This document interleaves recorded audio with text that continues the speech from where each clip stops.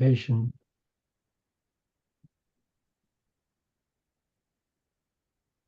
Thank you, Mary. Albert, you're still muted. Not that you care right now, but so um, we have moved into this book, and we have moved into this book with a sense of curiosity and a sense of adventure. And if you're like me, you've been deeply touched by this. There are several books that we've gone through over the years that have been hallmark books that have deeply touched us. Ho'oponopono was certainly one of those.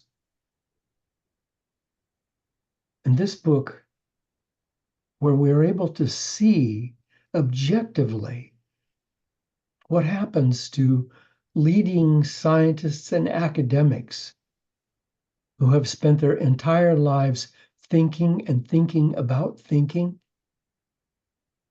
and looking at all different areas of philosophy, religious and metaphysical philosophies, and seeing whether or not they fit with their academic wisdom and learning, and whether they fit with their scientific protocols.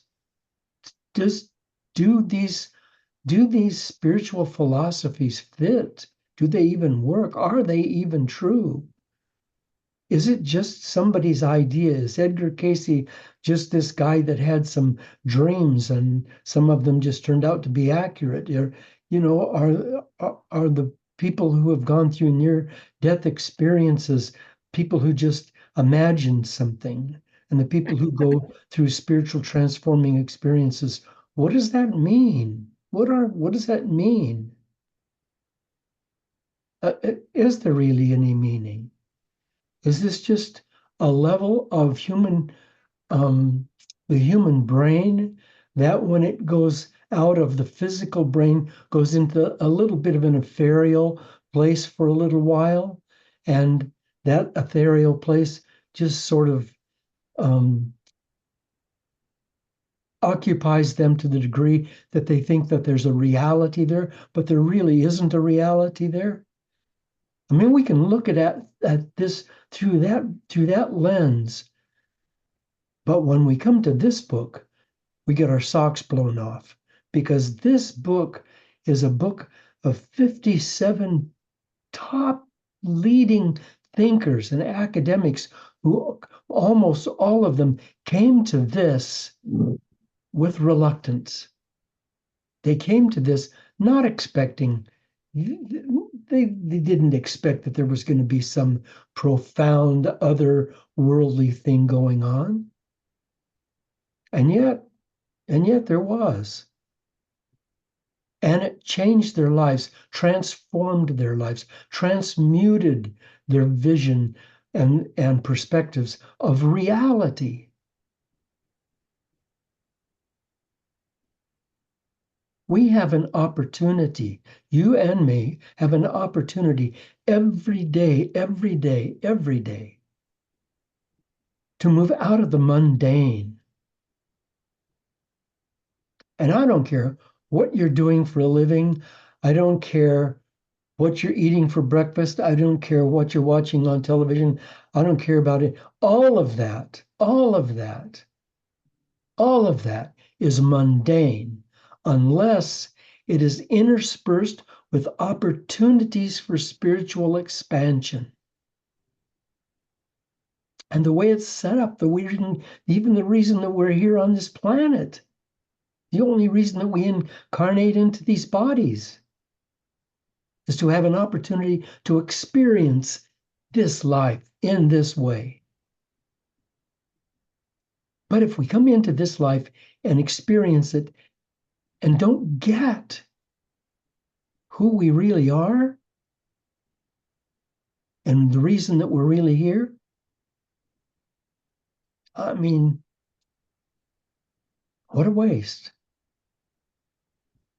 Some of us came up in really strict religious backgrounds. Mary and me both were strict Catholics. Judith, I don't know about your background. Albert, you've been following the Judaic way, and and and I've had the opportunity to drink from several different goblets. I was when I was a very, very small, and for periods during my teenage years, I was, I want to say, indoctrinated, but that wouldn't be the truth. I was allowed to experience the depth of Native American spirituality and wisdom. And the two, incidentally, are one. The Native American spirituality and wisdom are the same thing. This is not true with other religions. Or I should say, not true with religions, because Native American spirituality is not a religion. Interesting thing, and I think I've said this before, the the First Nation in Canada, which you're calling First Nations, Judith, and what we call Native Americans here on the southern part of this continent, when Father Abraham was enlightened, went through his amazing enlightenment experience, and then 2,000 years later, Jesus came along and tried to transform that whole Judaic focus back into an enlightenment phase or an enlightenment focus. When that went on, the Native Americans, the First Nation people, had been practicing their inviolable, beautiful, spiritual way for over 20,000 years. Seeing a tree as real, not as a piece of wood, but as a being that shares life with them. Looking at the planets and the stars out in the sky and knowing that they are a part of that and that is part of them.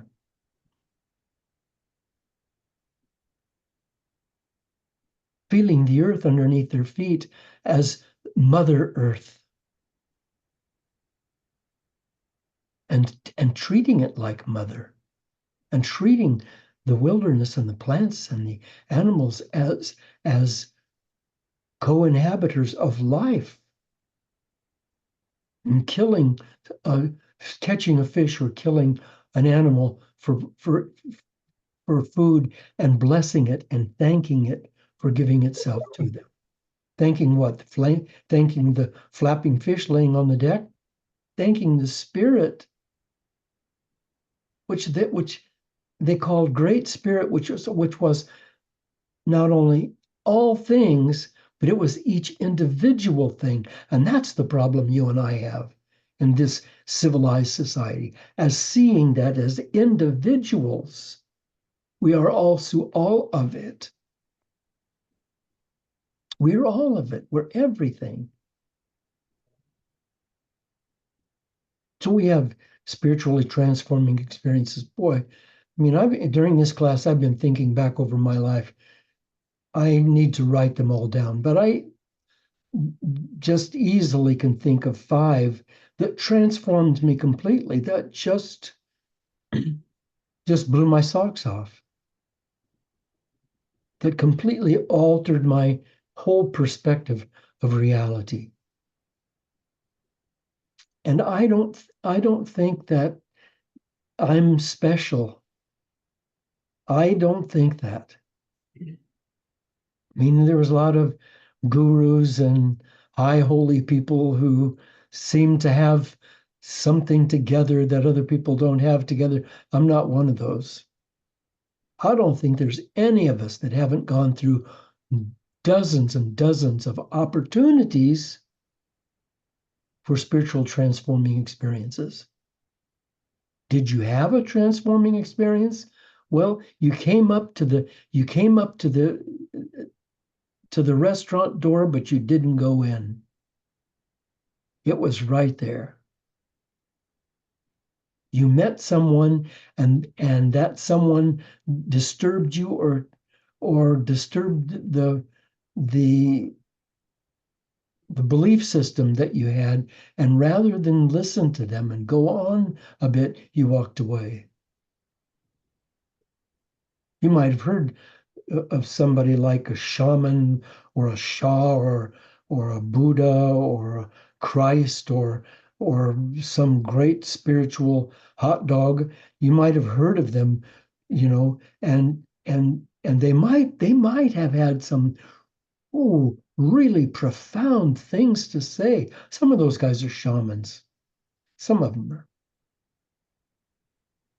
But it might have had something really powerful to say. And did we listen? Did we go there? Or did that not quite fit with who we thought we were?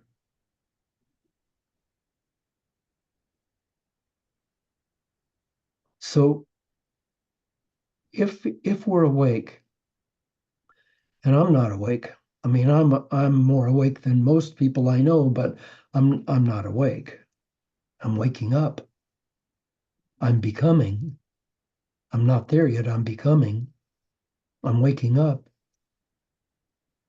But every single day that goes by, there's an opportunity for spiritual transformation. Now, how would I do that? How would I do that? How would I know that this particular thing that's happening right now is an opportunity for spiritual transformation? And and even if I knew that, how would I access it? You want to ask me that question because that's a vital question today. And there are two simple answers and they fit into one. Two simple answers and they fit into one. See that experience, whatever that is, with joy. Another word for ecstasy, another word for bliss. And see it with love. Now, here's the problem. I'm looking at me. I mean, here's the problem. I can't really look at that with love, or I can't really look at that as bliss or ecstasy. I can't really look at that as joy. I really can't do that right now because, and that because are all of the reasons that keep me stuck.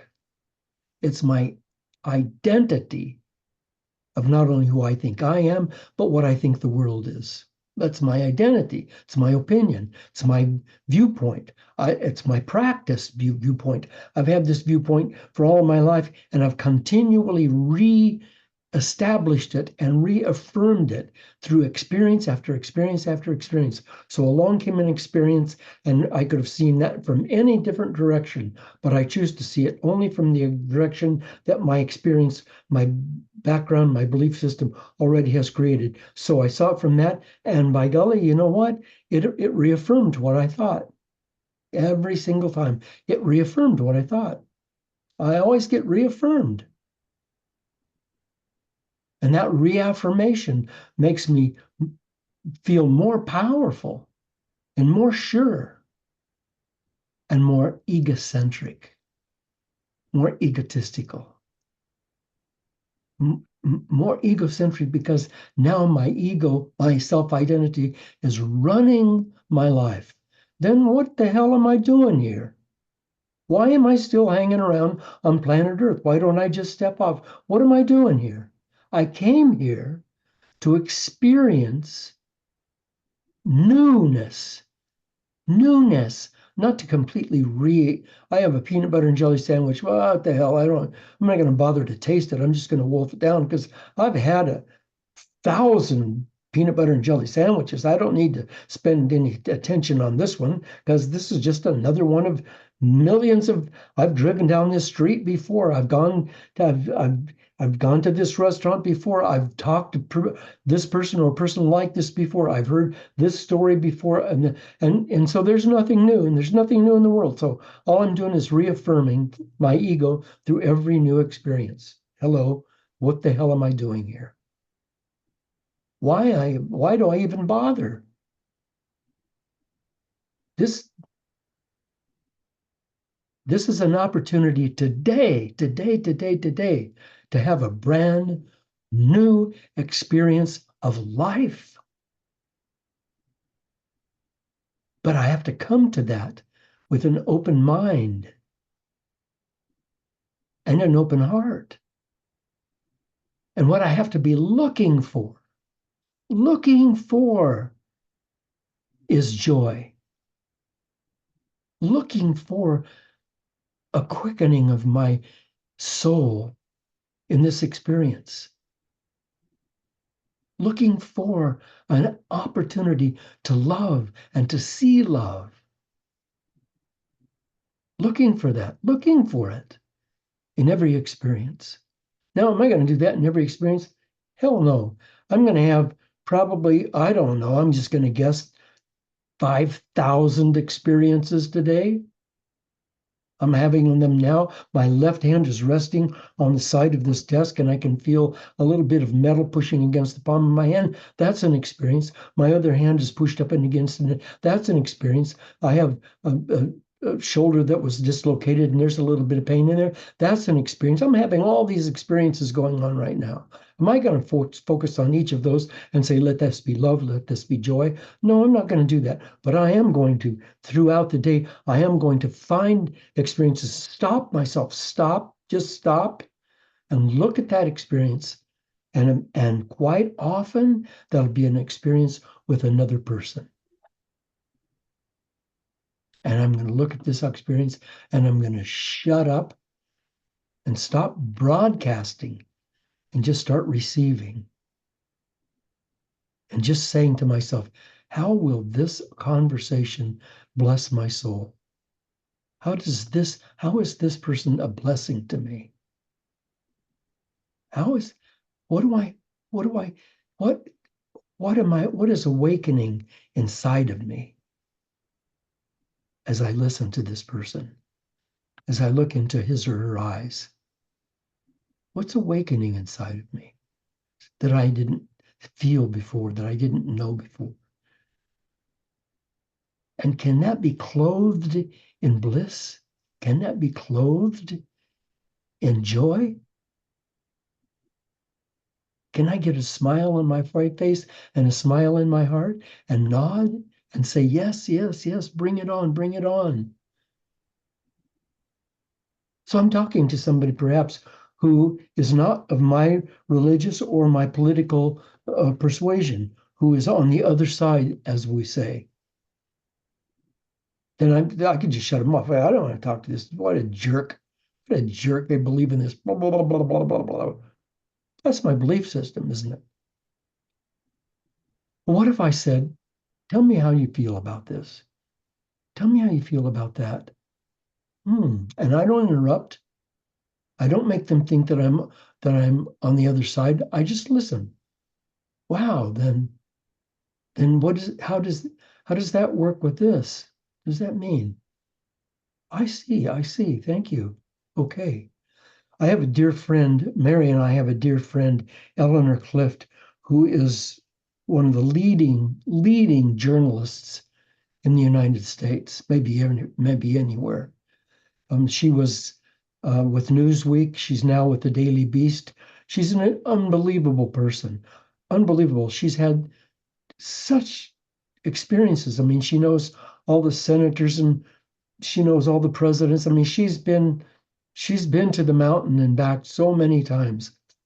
If you have a conversation with Eleanor, she almost doesn't say anything. She just keeps asking you questions. She just keeps asking you questions. And after a while, you're going, what the hell am I babbling on about here? She knows more than she's forgotten more than I know. Why am I babbling on here? She's interviewing you. Yeah, she's interviewing me. She's always listening. Couldn't we just listen? If we take a bite of something, couldn't we just take a minute and hold it with our tongue against the roof of our mouth and just hold it there and see what happens? There was a Buddhist thing that I read years ago that said you must chew every bite 50 times. Try it. By the time you get to 30, it's just mush. And so you just want to swallow it because that's your habit. Just swallow it. But what if you hang on for a little bit? Then there's an experience, a flavor that goes in through your taste buds that you didn't catch before.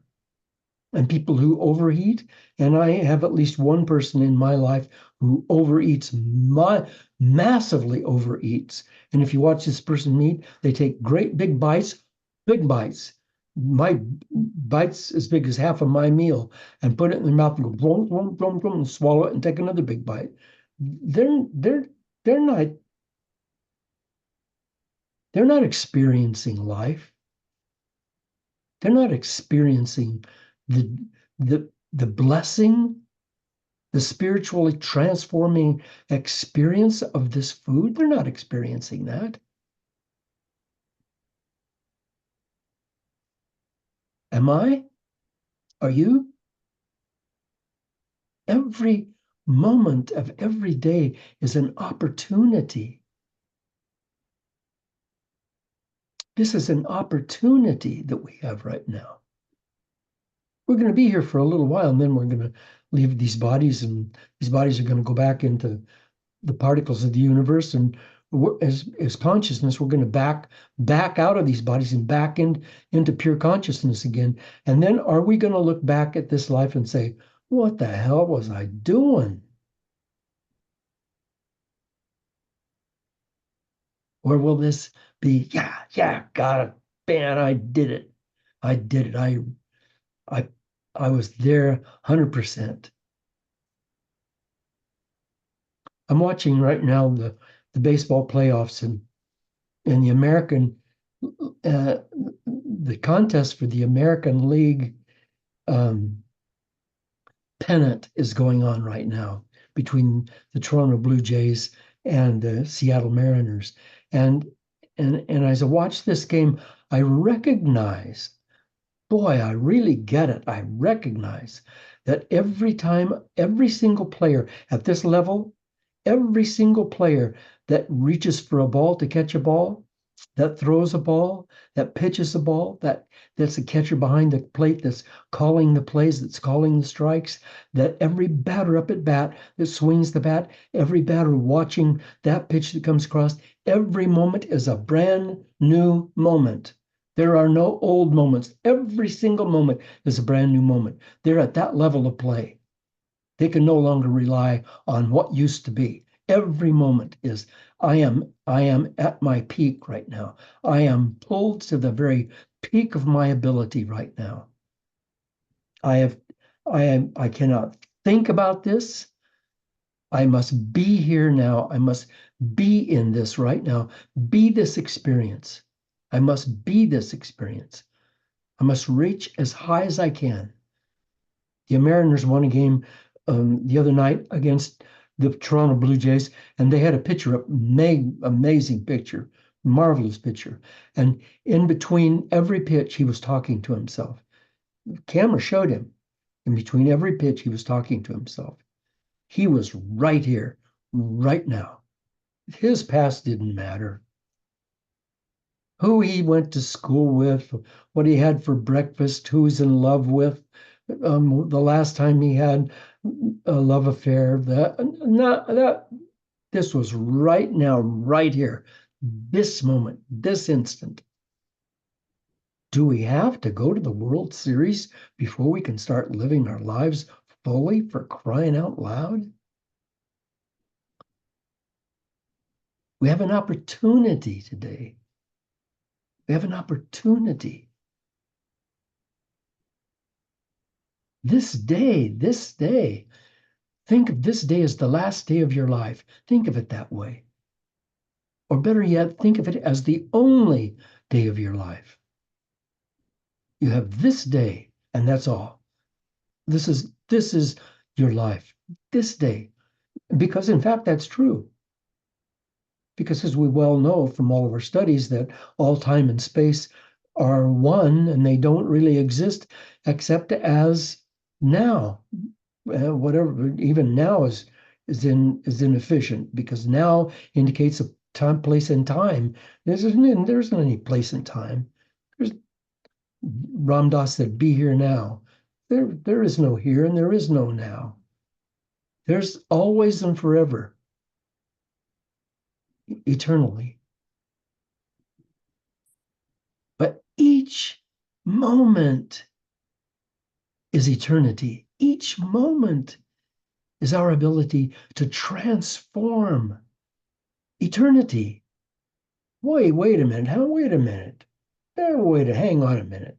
That's a little grand, isn't it? Thinking I can transform eternity? No, that's all you're doing here. That's all you're doing here. Pure consciousness is all things in all places at all times. Pure consciousness is a tree. It's not in a tree. It's not the creator of a tree. It is the tree. Pure consciousness. God, if you will. And you and I are the creators of this reality. Through our consciousness, our higher minds, not our egos, not our brains. So, once again, how do I come to these experiences such that I can make them spiritually transforming experiences? Look at them, get myself out of the way, and stop having my opinions about what's going on. I don't know what's going on. No opinions. Be neutral. Consciousness is neutral. You think you have pain. You have pain in your shoulder. You have pain in your life. You have physical pain, emotional pain, mental pain. You're in doubt about this. You're concerned about that. You have disruptions in your life. You have that going on. That's not who you are. Back off. Back off from that. Look at it objectively. In other words, stay out of the pig pen with the pigs. Back out, get back behind the fence and look at this. And you can change this reality. You have the ability to change reality. But you can't do it from the mind that's in it. Einstein said that the mind that created the mess is not the mind that can cure the mess. That's Einstein. That's the great genius. We have to get out of whatever's going on, get out of it, out of it, out of it, and look at it objectively. Come to this experience, to this new experience today, whatever it is, each new experience, come to that objectively without any agenda and look for love in it. Look for love, look for joy in it. Don't say, oh, there's no love and joy in this. There is.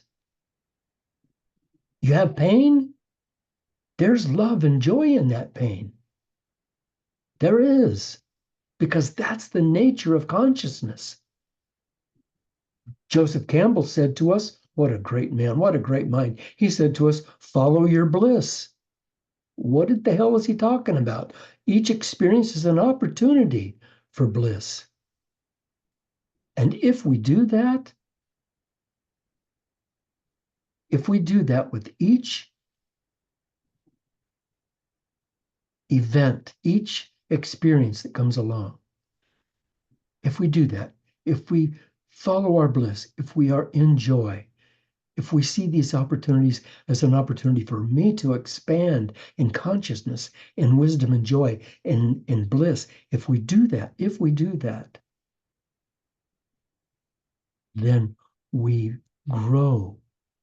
Why do I say that? Why is that important?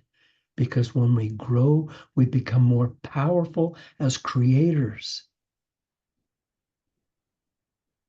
So when I come to this experience and I drink this experience and I really get the flavor of this experience and I let it become joy and bliss inside of me, and when I let it become ecstasy inside of me, and when I let it see it with love and I feel it as love, when that happens, I grow and then I become more powerful as a creator. Then I can do more in my life. I can bring more beauty and joy into my life. I can fulfill the dreams that I came here to fulfill.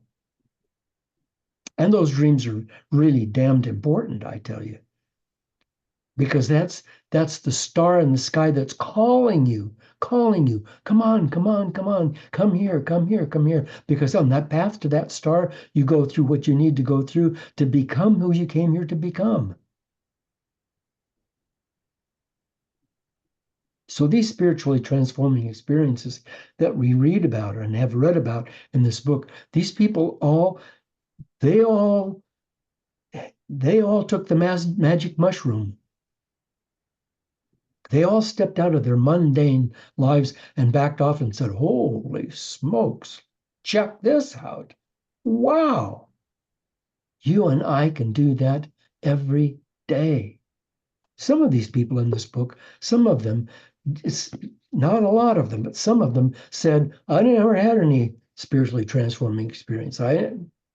No big thing ever went on for me. I never saw any shining lights or heard any orchestra play. I didn't get that." What happened for me is that day by day, I got shocked into seeing that there's more here than I thought there was.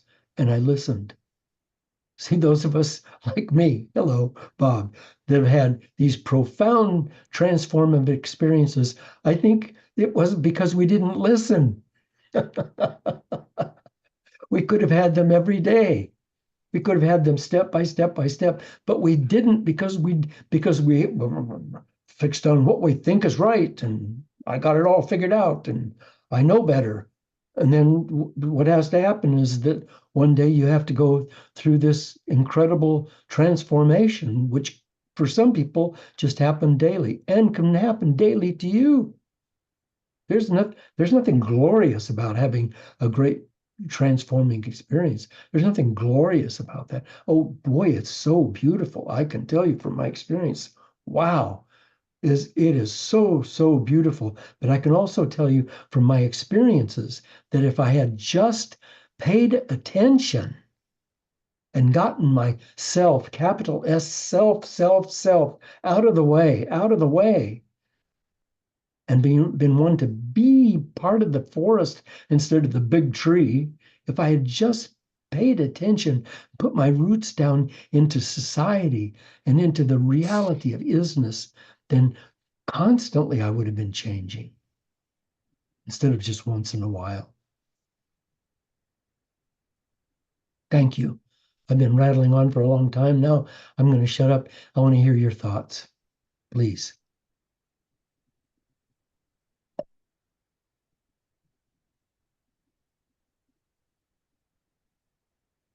Good coffee. Good coffee. Well, I think it would be really wonderful if every day we could each say that we've done at least one thing that we've never done before, or had something new. It's one thing at least that was new in our lives, whether it's someone that we talked to that we hadn't talked to before, or whether we read something or did just something that somehow expanded our wisdom and our engagement with life. I mean, that would be a good challenge for me. Thank you.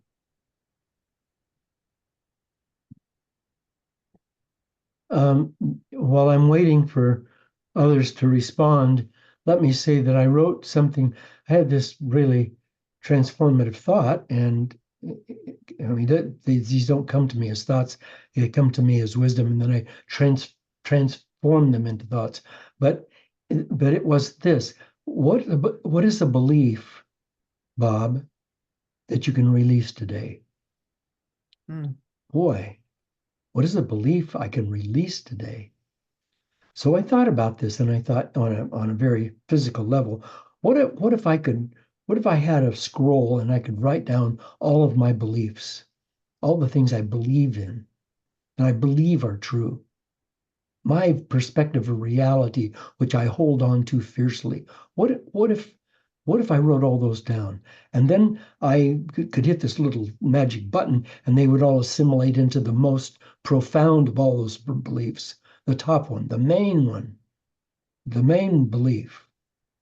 I mean, if I could put those all down, then which of those would I be willing to let go of today? Well, I could tell you pretty sure it wouldn't be the main one. It wouldn't be the top one. And I'm not sure yet right now what that would be. Maybe it's who I think I am or what I think I am. But what if I just let go of one of two of those a day today? Just let go of it. I no longer believe this. I no longer believe that the Democratic Party is the party of the people, for the people, by the people. I no longer believe that. I let that go. What then what happens is opportunity arrives. Well, if that isn't so, then what could be so? Now I'm back in curiosity again, which is growth. What are your thoughts? What are your thoughts? Well, I think that there's a fine line between being open and flexible to being wishy-washy. I mean, sometimes people who don't really have a strong opinion about anything are kind of, I don't know, kind of boring, or they don't have any structure. They're just kind of like flopping around. But they also don't have any vision. Mhm. They aren't in that neutral place saying, I'm awakened and I'm learning and I'm experiencing and I'm curious and I'm on my path. They're not doing that. They're just, as you said, they're just sort of flopping around. Wait, that gentleman in Missouri that we knew, the older man that died, whose name I won't say here, it was a perfect example of that. He didn't have any opinions. I mean, he had opinions, but he was dead long, long, long time before his body died. Yeah, I think he had a lot of opinions, and that's what kept him from enjoying life. Yeah. I think some of those people you're talking about who are flip-flopping around, they also have strong opinions, really strong opinions. That's what keeps them stuck. Mubina, welcome aboard. Yeah, I didn't think I was going to be able to get on because I had something else till about 11:15, and then I saw you tried to call Bob, and Judith texted me and thought, I guess I'm supposed to get on this call at some point. I'm in my car actually on my phone, but anyway, I'm here. Good. So Judith was saying you were discussing something about whether to carry on the class, and she sent me a text message. But what you just shared, Bob, was really, really good. And it's so interesting, Mary. I was thinking that very same thought that you shared about doing something each day that was different or new or a little bit challenging for me. And I was actually thinking I would try and see if Edgar would join me in this exercise, and he could do what he felt but challenge himself to learn something new each day or read something different, and then we could share that at the end of the day. And literally this thought came to me 2 days ago, so to hear you saying that was amazing. But it's true, that's how we can stretch and open. But I love what you said, Bob, about releasing the beliefs, because when we clear those limiting belief systems, then we're creating the space for spirit and the universe to pour into us what does matter, what is important. Yeah. Thank you. I think they go really well together, the two things there, actually. Thank you. I'm putting the spotlight on myself.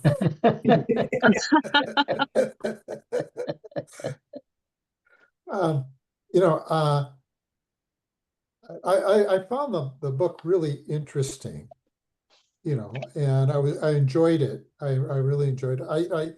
I saw some things that, I had in common with some of the folks, and some things I go, that's kind of interesting. I've never kind of looked at it that way at all. But and I mean, right now I am who I am because of all this stuff that happened.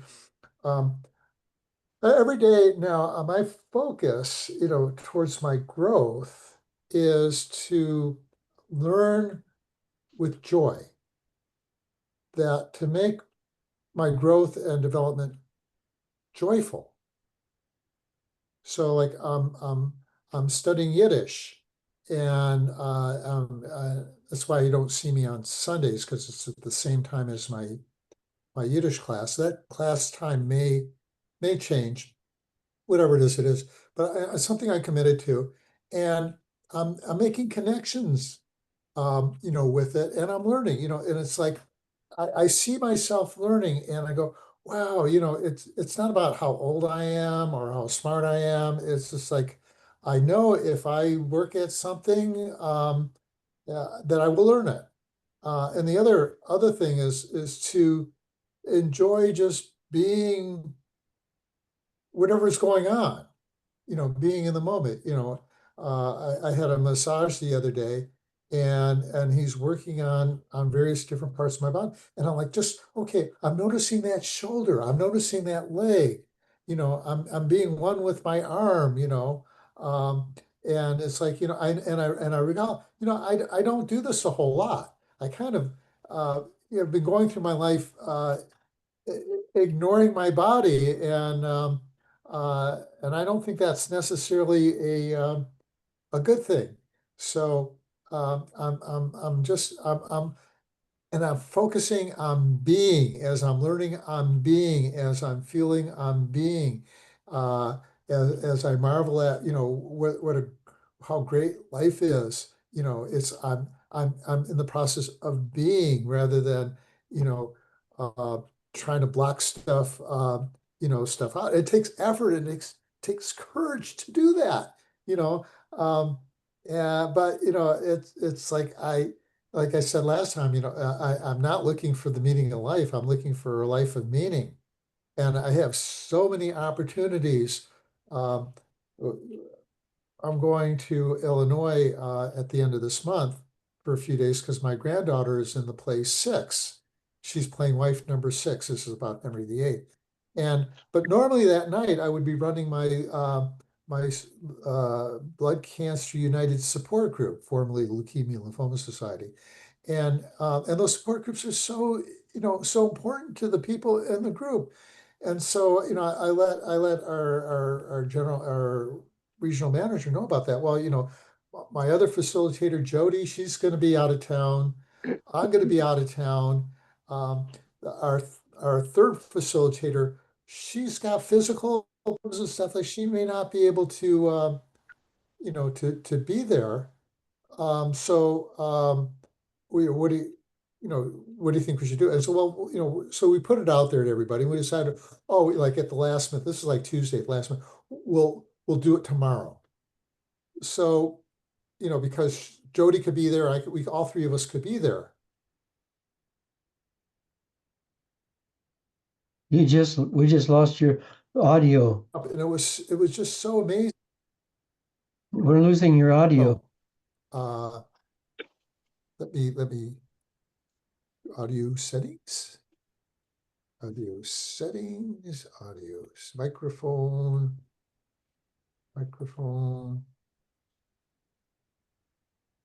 You'd be saying a sentence and Okay. part of the sentence would just blank out. Is that more gooder? It's more gooder right now, yeah. Okay, good. Yeah, because sometimes it switches from here to the computer. The computer's better. So, um, anyways, anyway, uh,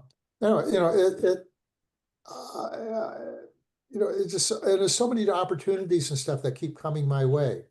You know, my biggest problem is like it's a kind of time management. So I don't because I get a little confused. Like the rest of us. But as we're getting in the holiday seasons, I'm telling myself, plan less, give yourself more time, and just like really, like be here. And the best present that I can give people is my presence, like just like being here, you know. So yeah. That's my story. I'm sticking to it. Thank you, Albert. Judith, talk to us, dear heart. Well, during the meditation, basically the theme was peace.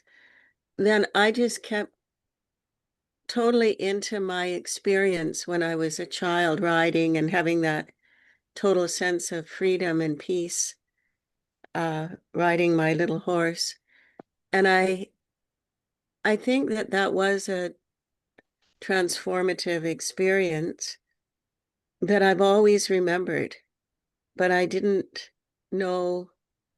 I mean, the feeling is so strong, the vastness and the sense of freedom.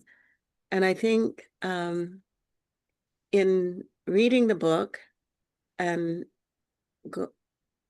everything, then I think it's a good idea to write out all experiences that one might have thought about in a timeline, maybe, if possible, to see one's own growth, because this has brought meaning to various experiences.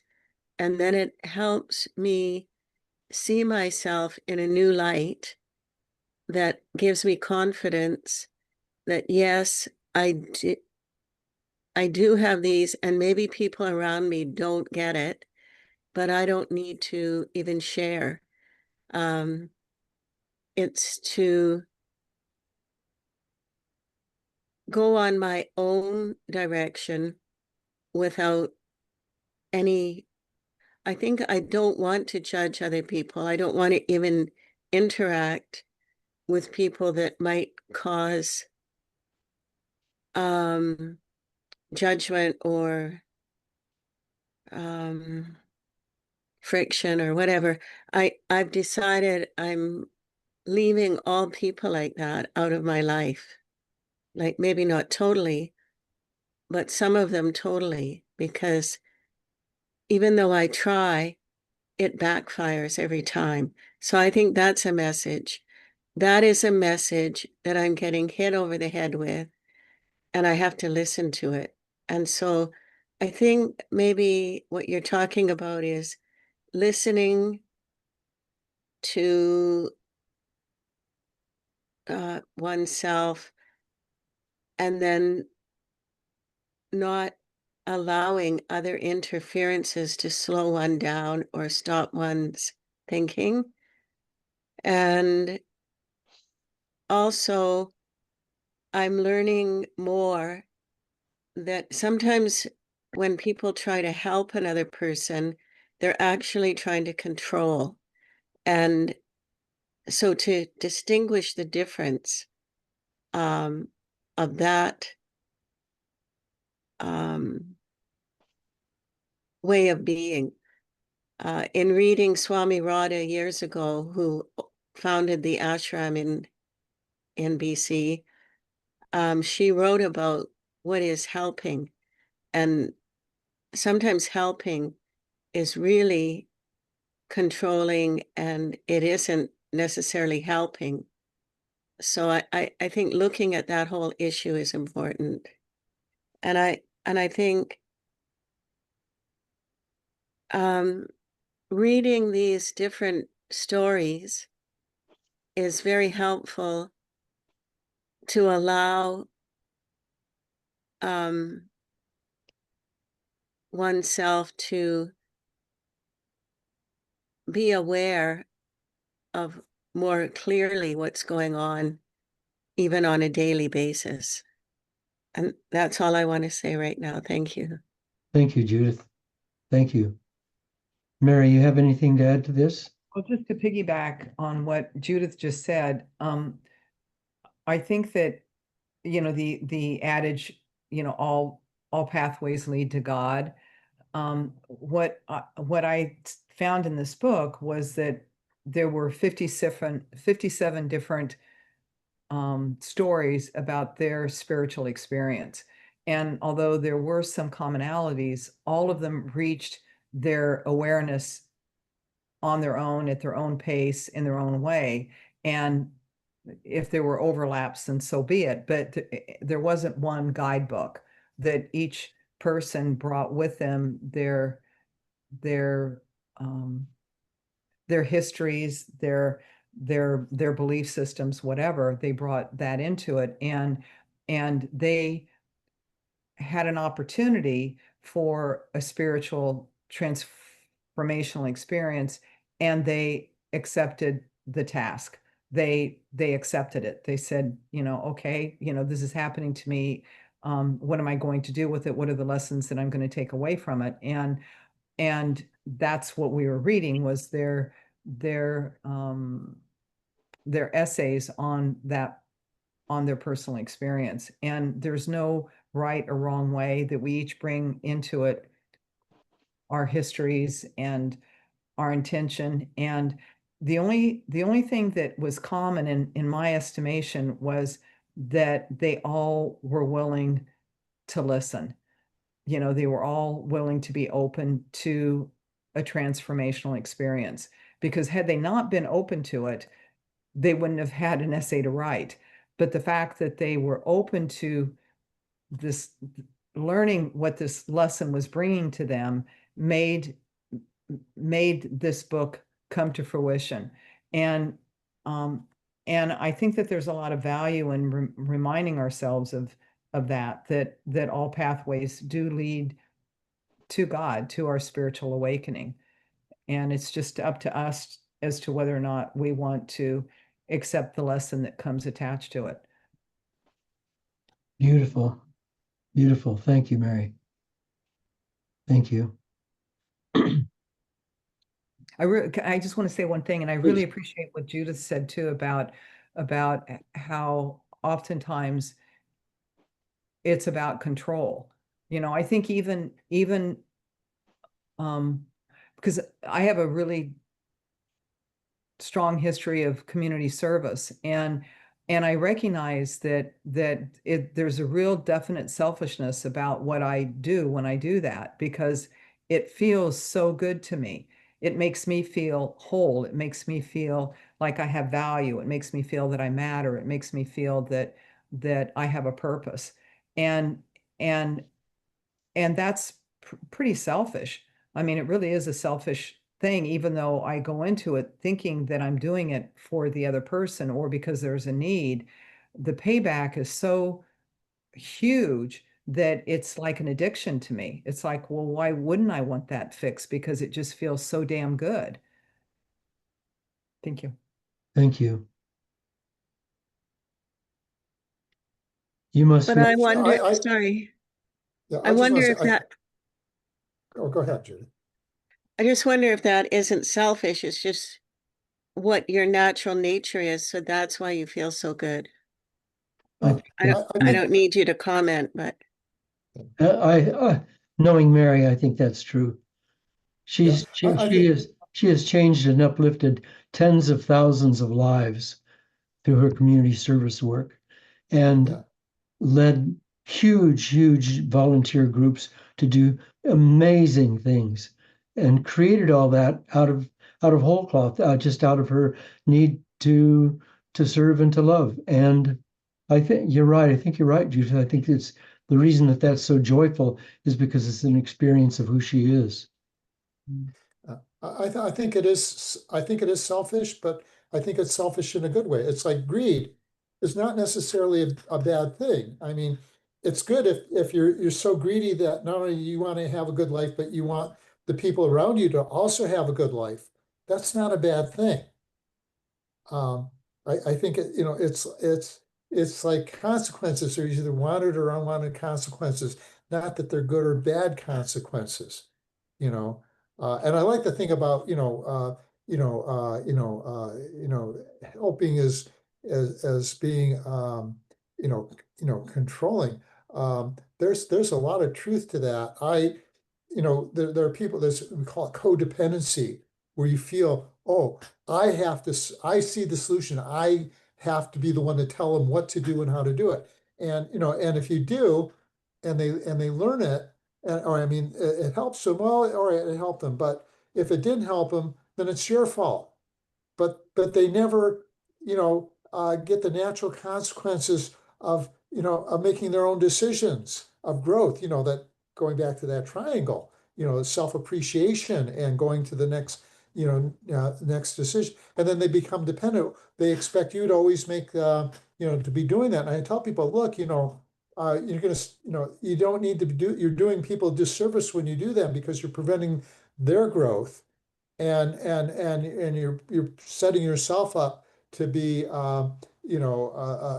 victimized by this. You don't need to do that. But when you stop doing that, people are going to keep expecting you to do that. And it's going to be hard to resist doing that and to just say, okay, well, what are you going to do about it? Or, would you like some help? If you learn to ask permission, then you're putting it back on them.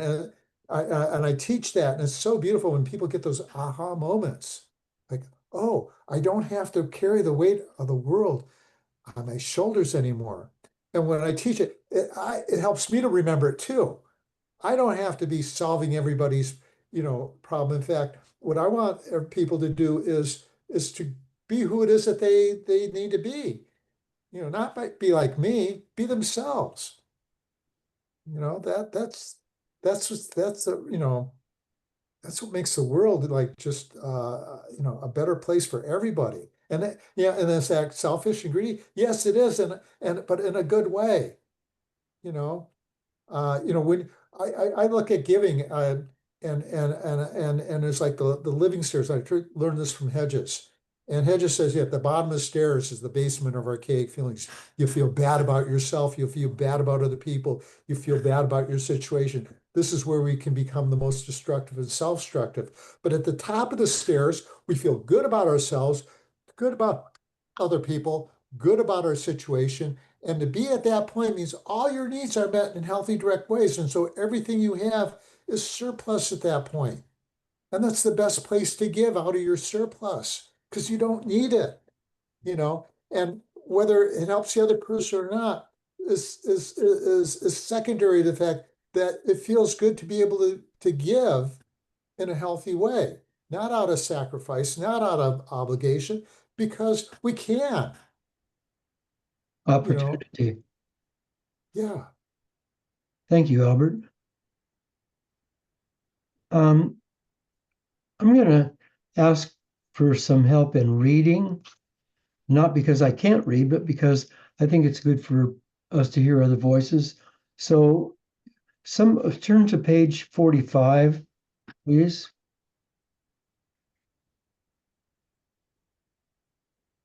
That Mubina is it's kind of the page before chapter 10. It's Yeah.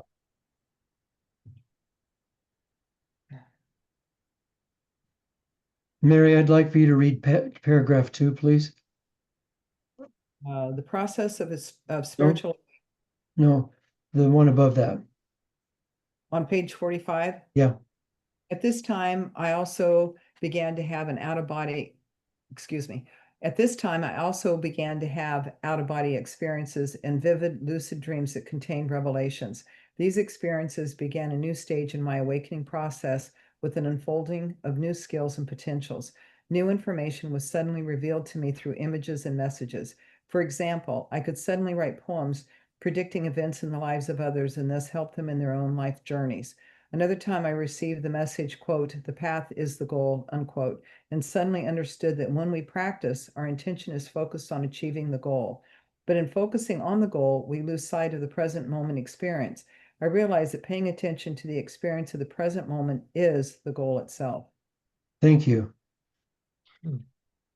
Any thoughts on that? I'd like someone to go to page 103, Mubina, that's chapter 23. Mhm. And Albert, the bottom of the page, the first occurrence, the Okay. first occurred. The first occurred before graduate school, without any active efforts such as meditation. I was suddenly transported into a state where I expected universal love. I felt unconditional love for every person I met and had no fear of anything or anyone.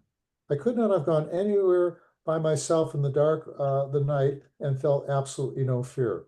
This state of grace persisted for about 2.5 days. I understood with clarity that the only reason societies need laws and prisons is because we lack a sense of universal love. At the time it occurred, I was agnostic and had no idea how to interpret it, other than some vague notion of humankind's potential. I have never been able to recreate that experience. So that experience, we've heard that again and again in these passages in this book, is that the over if there was one basic theme throughout all of the spiritually transforming experiences, and I can take it back to another class that we had on near-death experiences, if there was one theme about what everyone got in a near-death experience, in all of those experiences, the main theme was universal unconditional love. You are loved. Stop it. Just stop it. You are loved. Do you know what that means? It means that you can't fail. You are being held in in absolute perfection.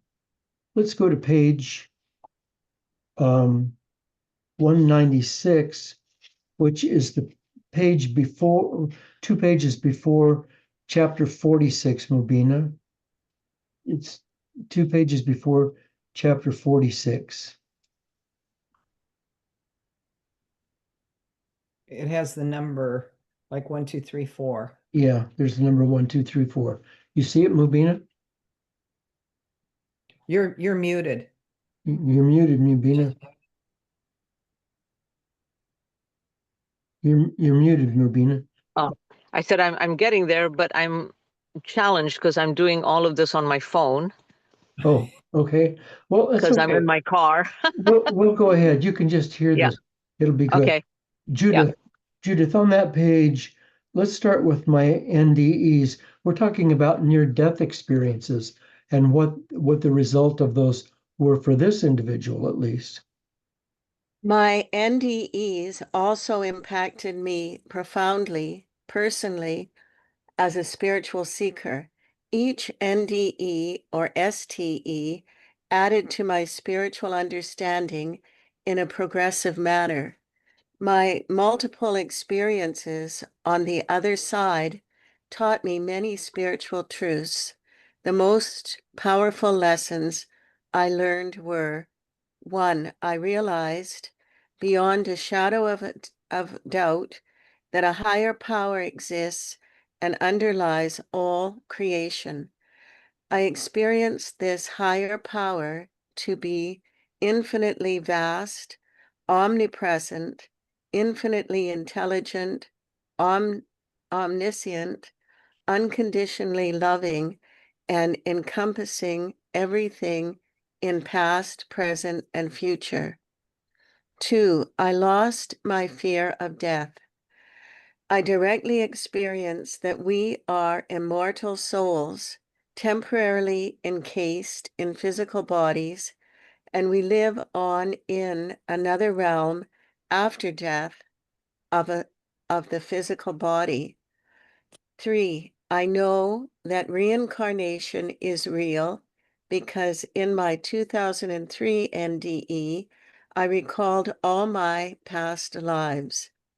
4, I know that it is possible to speed our soul evolution in our present lifetime. This can be done as taught in yoga by balanced spiritual living according to the universal spiritual moral principles, doing our psycho-spiritual house cleaning, and most importantly, meditating daily to calm and expand our consciousness. In conclusion, my spiritual awakening was a lifelong process, propelled forward and deepened by multiple STEs I had over my lifetime. Thank you, Judith. Any thoughts on that before we move on? On page 198, this is chapter 46. At the bottom of the page, the first one occurred when I was only 8 years old. My parents' farm was situated near a vibrant and mysterious forest, which I explored every now and then. One beautiful summer day back in 1970, I ventured into the entrancing woods. It was hot and after walking for some time, I realized I was exhausted. I sat down on a large gray rock and gazed at the magnificent trees around me. After a few minutes, remember, this person's 8 years old. After a few minutes, I started to feel strong connection with the trees and the rock. I could sense that they were imbued with life. It felt like the rock, the trees, and I were part of a much larger whole, much bigger than my small self. My life's goal became very clear following this powerful experience.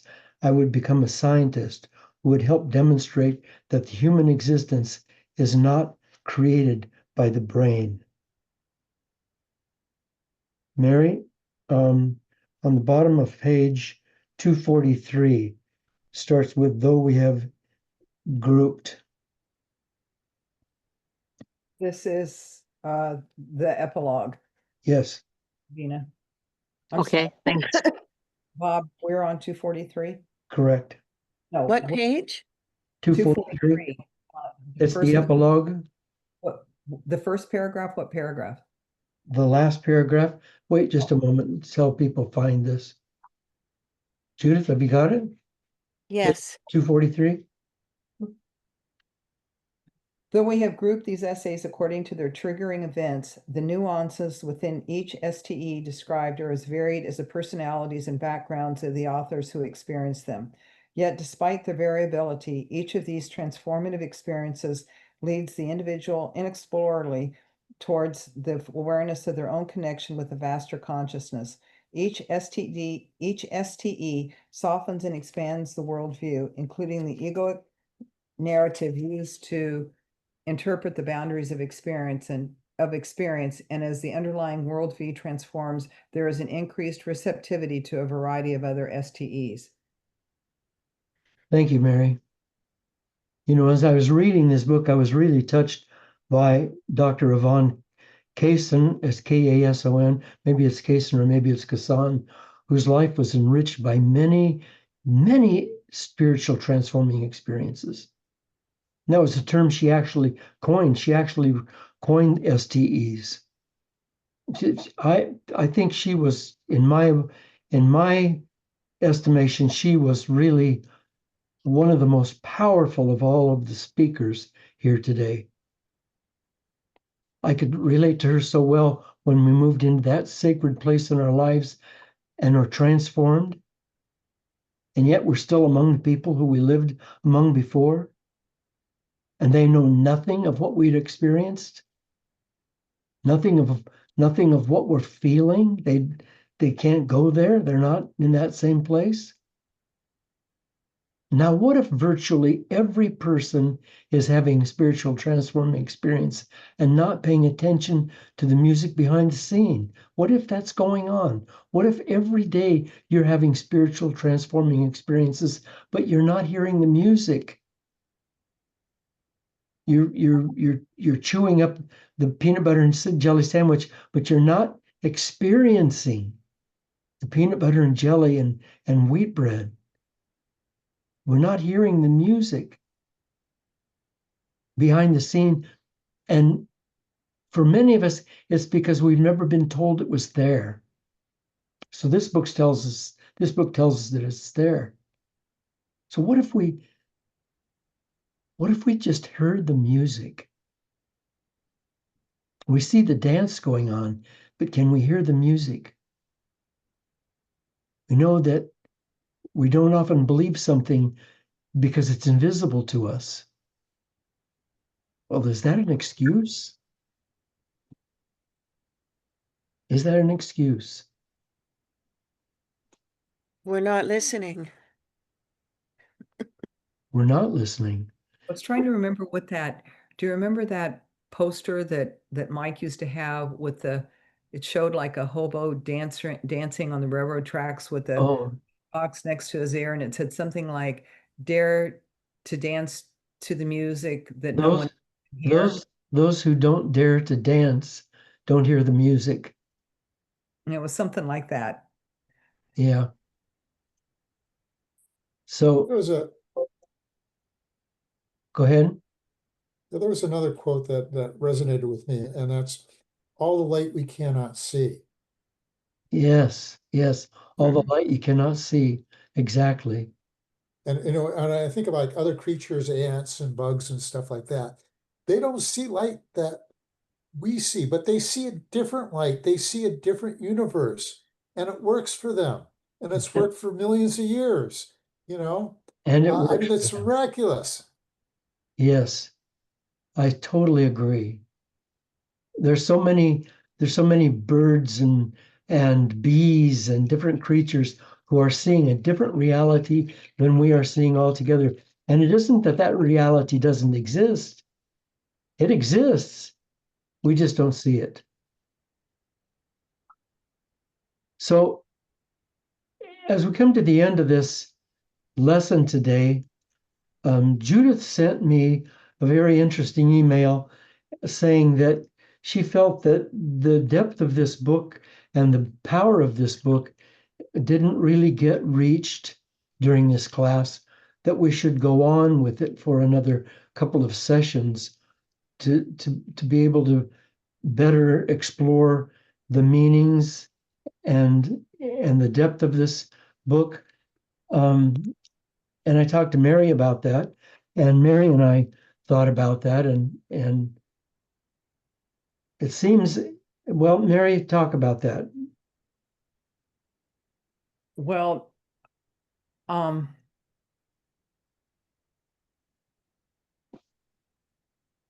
I think personally, well, what Bob and I talked about was the fact that what our plan was is to have like a week break and then do another book, and then have it finished by the end of November, so that December would be free for the holidays, because everybody's schedule gets really crazy over the holidays, and then resume classes in January.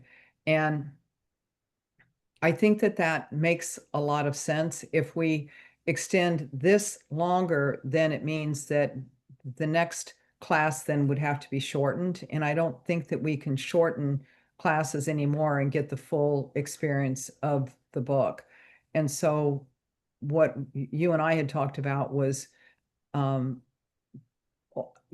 finalizing this book today with the understanding that with every single book we've ever done, there's always been a sense that we could do more, which to me is kind of cool, because that means that it's a cool book, and that there's more that can be revealed, and that, as my grandma would say, you don't want to beat the dead horse, and so I think that it's okay to leave something with a sense that there could be more to it, and then offer another subject. So that's what we had talked about. There's another factor there too, and that's that you guys can make this decision among yourselves. But if you guys want to get together on a Zoom call and discuss this book or Ho'oponopono or other books at any time, we can facilitate that. We can make that happen. But in terms of actually conducting a class, we have come to the decision that we really need to move on. And I'm not saying that I'm through with this book or that you should be through with this book. Boy, it's powerful, powerful stuff.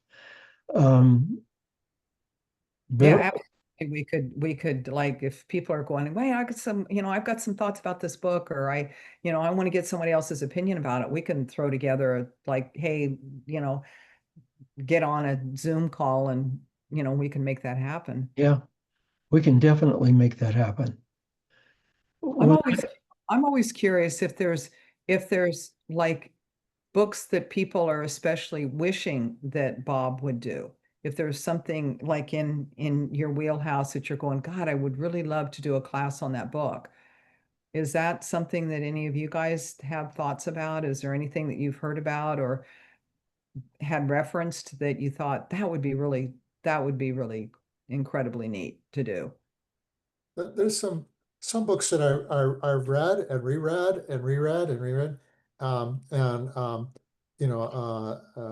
Eckhart Tolle's A New Earth is one of them. The other one is Living an Examined Life by James Hollis. Because they've really had some very a profound influence on me, and not only my life, but when I've referred other people to it too, it's like they've been really liberating. So those are a couple that Thank I would you. love to go over with other people. Thank you. Thank you.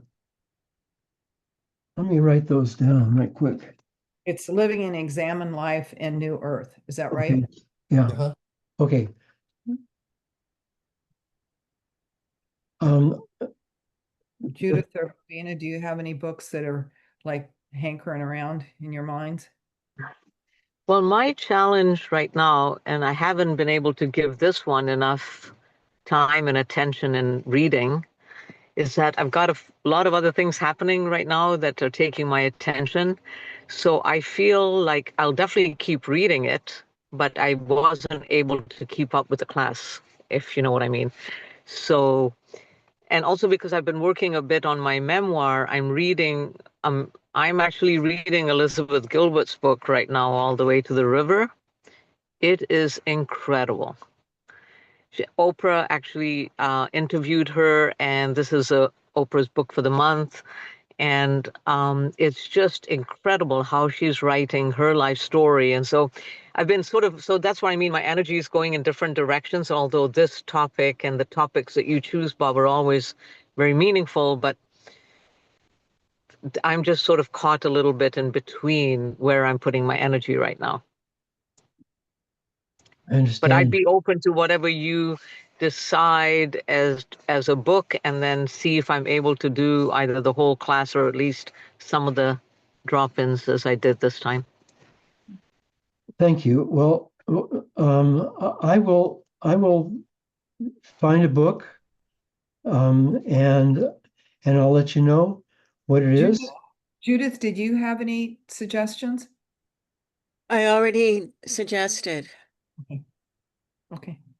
So I think that the most important thing is that we come to each book and we come to each class um, with our hat off and our palms open, ready to be transformed. And I can tell you that people must think, gosh, Bob has read all of the New Thought books in the world, all of those things. The truth of it is, the only New Thought books I've ever read are the ones that I teach in this class. I haven't read any of them. I don't read New Thought books. I read fiction. I read fiction almost completely. And someone might say, well, that's just sort of self-entertainment, isn't it? John Steinbeck changed my life. Reading fiction. Reading fiction. I have read so many fiction, so many novels where the author could not say, let me just use an example, a spiritually transforming experience. If an author were to read about that, which sometimes they did and sometimes they didn't, but they couldn't say, I'm going to read, I'm going to write. I know about transformational experiences. I'm really excited about that. I'm going to write a book about that. I wrote a book called Up She Falls, which I think all of you have. I hope you all have, which is a novel, which is fiction. But the story is the story of a woman coming alive, waking up, coming out of the darkness into the light and having her life completely transformed, and then transforming the lives of so many others through her own transformation. And yet I wouldn't write that book as a how-to book, because some people won't read how-to books. They want to read a story. We love stories. We love stories. So here's a story. Here's the story, I said. And most of my followers are women.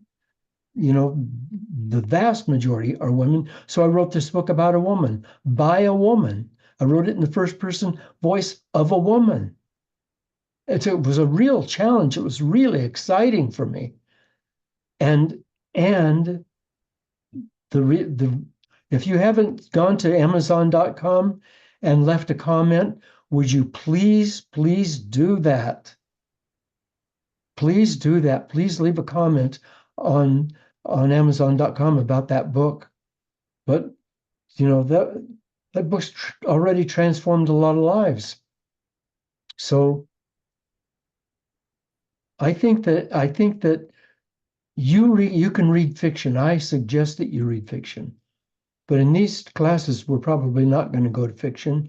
We're going to keep going to the spiritual awakenings. And I'll find a really great book for us for the next course. I'll find a really great book. Trust me. Any thoughts before we say goodbye? Thank you, Bob. You have a week off now. Go play. Love you. Thank you, Judith. Thank you, Albert. Thank you, Mubina. Toda. Thank you. Thank you. Mubina is muted. I don't know if she had anything to say, but Mubina, God bless you. Love you all. Go with my love.